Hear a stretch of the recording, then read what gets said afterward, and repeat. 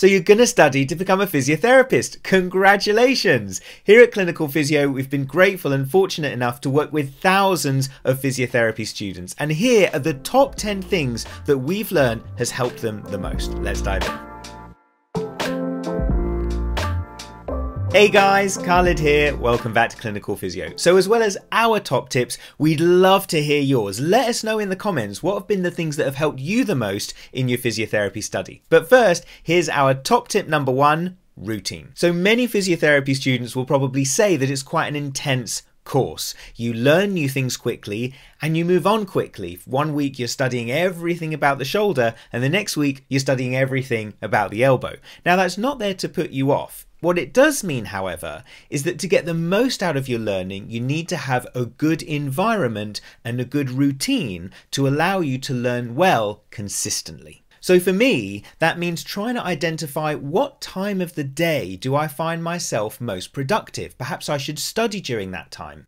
Is there a particular location that I find inspiring but also comfortable? Now that probably isn't in front of the TV, but if it could be a particular coffee shop or a particular room in the house, great. Now if you're someone who likes to study with no distractions, then there's the library. And above all else, my biggest tip on environment, you have to put your phone on flight mode when you really want to concentrate. So top tip number 2, flashcards. They're a really great way of helping you learn. And I found that not only reading flashcards was helpful, but crucially, the process of actually making them, finding information and then writing it down. Now, they could be anatomy flashcards, musculoskeletal flashcards, respiratory, neurology. When I was at university, I created my own anatomy flashcards and they were a lifesaver. Really great information, really quick to hand. Top tip number 3, study sessions. I always found it useful working with other people in a group to do my learning. But you have to make sure of 2 particular things. Number 1, that you choose people in that group who genuinely want to focus on studying.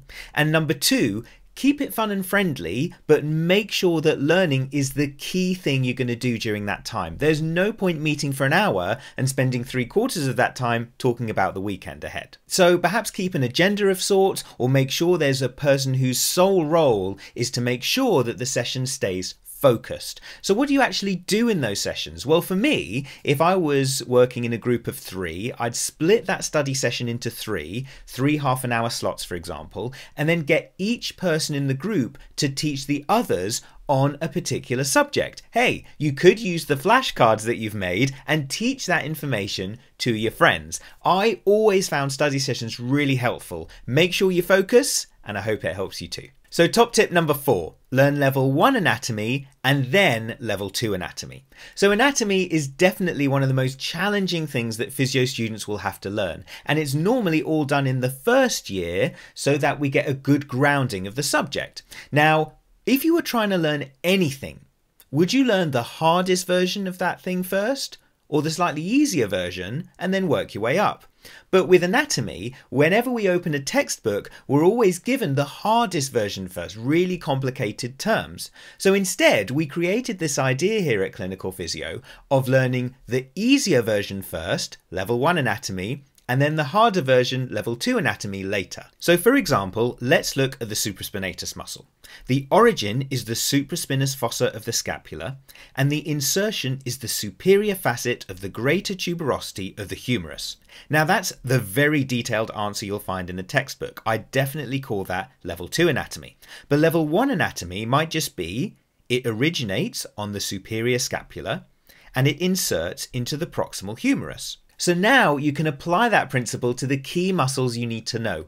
Break it down to level 1 anatomy first, really basic terms, and then build on that with level 2 anatomy. It really helped me when I was studying. It's helped loads of our students. I really hope it helps you too. So top tip number 5, clinical physio resources. We've got so many resources to help you with your studies. We've got our YouTube channel, as you know, with hundreds of videos on it, including head-to-toe MSK assessment. We also have our Instagram page at Clinical Physio, which gives you loads of top tips and information on individual subjects. And of course, there's our membership platform. You can find that at clinicalphysio.com, where you can access all of our best resources on a subscription, including webinars, podcasts, online courses, anatomy, written resources, and you can use all of those on your mobile as well as your laptop too. So much to help you, and you can find details for all of those in the link below. Top tip number 6, goal-based learning. Now, this is my way of beating distractions because I'm the same as everyone else. I'll be working away on my computer, then I'll go to the bathroom and I'll think to myself, maybe I should spend the next 10 minutes shaving. But of course, everyone gets distracted. So the way that I combat it is with goal-based learning. For example, in the next 30 minutes, I will learn the knee extensors of the leg. Now here, I've given myself a time-based task, but also a specific information requirement that I need to achieve before I can shave or watch TV or check my messages or social media, whatever it is. This really helps me stay on track, and I hope it helps you too. So top tip number 7, extra practical sessions with your friends.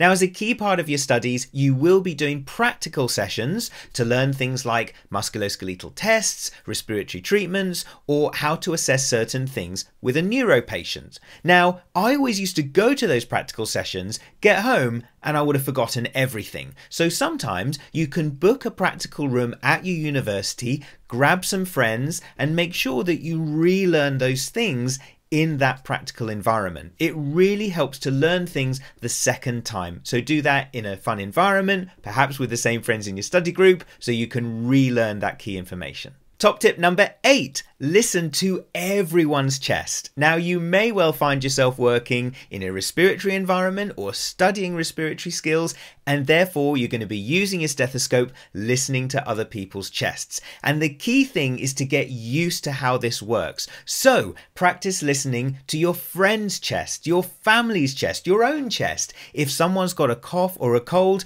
make sure that you're around their house to try and hear what it sounds like. When you're working on the wards, you're going to be listening to everyone's chest anyway, so get used to this key skill. Top tip number 9, get used to talking to people. Now, if you thought the last tip was really helpful for respiratory, this tip is super important for all areas of physio. We know in healthcare that speaking to people and our communication and listening skills are absolutely vital. And it could be that you're on placement tomorrow or working in a hospital where you might have to speak to a 20-year-old, a 40-year-old, or a 90-year-old.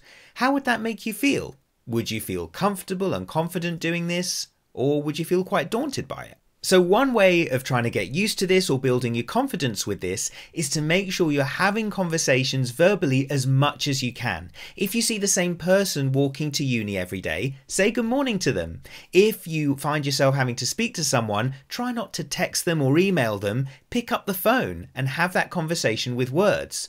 Our communication skills are one of our biggest assets as a physiotherapist, so make sure you can use yours. And top tip number 10, plan your breaks. Now, as we said, physio can be an intense subject to study. There are things flying at you constantly. You could be on clinical placement, which is an amazing learning environment, but a very fast-paced one. So it's super important that we have those downtimes so that we can learn effectively, but also consistently. Now, that doesn't mean studying for 1 hour and then watching TV for 3 hours, but it does mean a couple of simple habits to make sure that you keep getting the energy and the headspace to be able to learn properly. So that means choose the time when you're going to stop studying that day. Choose the period of time in the week where you might shut off from technology altogether for a few hours. After you've had that really productive 2-hour study session with your friends, make sure you have half an hour to grab a coffee too. This is all so important to allowing you to learn consistently. So make sure you plan your breaks. So guys, once again, we've got so many resources to help you in your physiotherapy studies. Links are all in the description below. Otherwise, please support us by smashing that like button, subscribe to our channel for all our updates, join us on Instagram at Clinical Physio, and of course the website clinicalphysio.com. I'm Khalid. See you really soon here on Clinical Physio.